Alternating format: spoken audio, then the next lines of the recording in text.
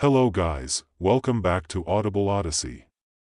So, let's step into a world of immersive storytelling where gripping tales of mystery, horror, and adventure come to life. Each narration is crafted to pull you into the heart of the story, creating an unforgettable audio experience. The Whispering Border, Chapter 1, The Decision. Karachi's streets never truly slept, but Bilal Ansari did. Or at least, he tried. The city's noise was a lullaby he had learned to ignore, blaring horns, shouting vendors, the occasional crack of gunfire echoing in distant alleys. Yet tonight, something unnatural disturbed his rest. He woke in a sweat, eyes wide, heart thudding against his ribs like a prisoner trying to escape. The clock read 2:11 a.m. The ceiling fan spun overhead, its creaking rhythm suddenly feeling like a countdown. Bilal sat up. He knew this night would come. He had prepared for it in silence, away from the judging eyes of relatives and the sorrowful gaze of his mother. He wasn't leaving because of poverty, though it played its part, but because something inside him had always screamed that he didn't belong. Not here, not in this city, not in this country. Pakistan had become a prison. One with invisible bars. Every attempt to make something of himself was stifled by corruption, fear, and the ancient weight of bloodlines. His dreams had outgrown his home long ago. Now, he would chase them, regardless of the cost. A contact named Mujahedin had sent him a message the previous day, a route active. 3 nights. No refund. No fear. Tell no one. Bilal only replied, when and where. Chapter 2, Crossing the Line. 2 nights later, Bilal stood at Karachi's northern bypass under the lifeless gaze of the half-moon. A white hive van rolled to a stop, its side door sliding open. Inside were 5 others, silent and grim. The driver wore dark sunglasses even at night. He didn't speak, just nodded. Bilal climbed in, the door slammed shut, and the journey began. They passed Hub, then slipped into the barren lands of Balochistan. Cell signals vanished. Roads turned to trails. Civilization fell away like rotting skin. The world had grown quiet, too quiet. Then they saw it. A small village surrounded by scorched trees. Windows boarded, silence echoing off crumbled walls. They stopped here for rest, but Bilal sensed something was wrong. As if the land itself whispered warnings, that night, he dreamed of shadows with too many limbs, and a face without eyes watching him from a well. When he woke, the driver was gone, so was one of the passengers. No one spoke about it. Chapter 3, The Pathless Road. They continued on foot.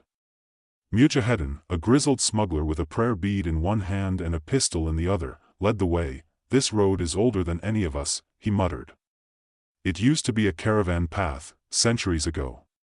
Now it's cursed. We don't walk it. It walks us. Bilal thought it was a metaphor, until they reached the canyon. There was no bridge. Just a thick fog.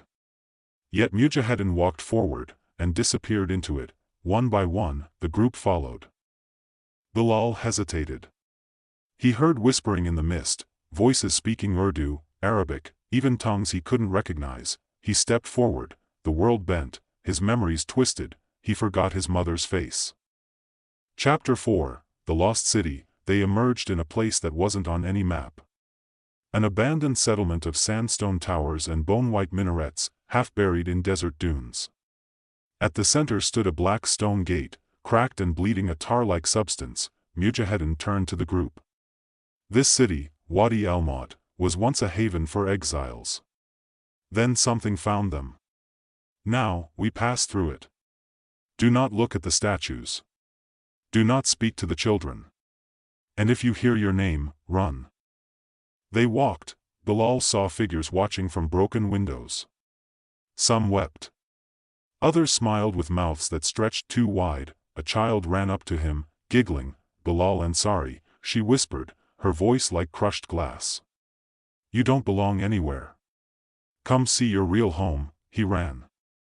Chapter 5, The Price of Passage. To cross the final border, Mujahedin explained, each traveler had to give something of themselves. The world beyond is not free. One man offered a toe. Another gave a name. A woman carved out her reflection from a mirror and left it behind. Bilal hesitated. What did he value most?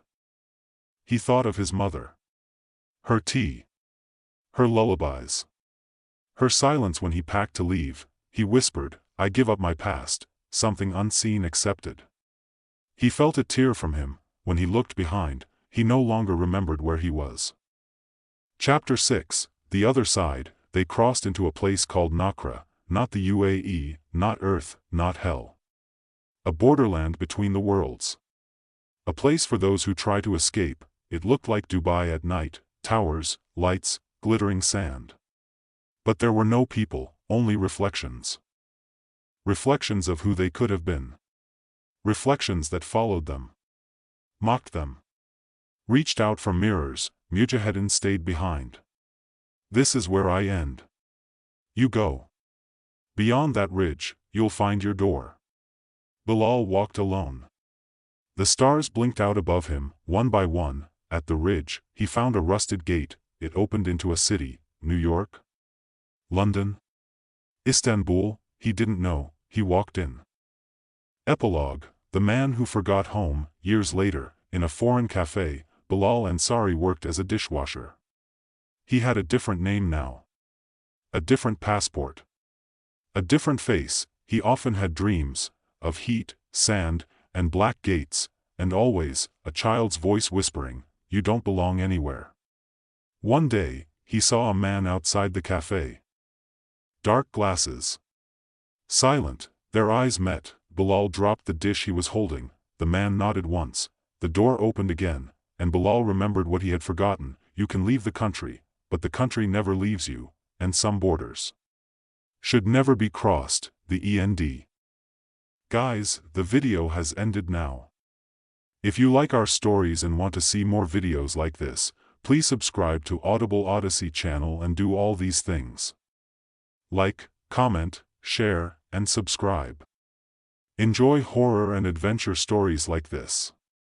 So, just subscribe to Audible Odyssey. Bye bye.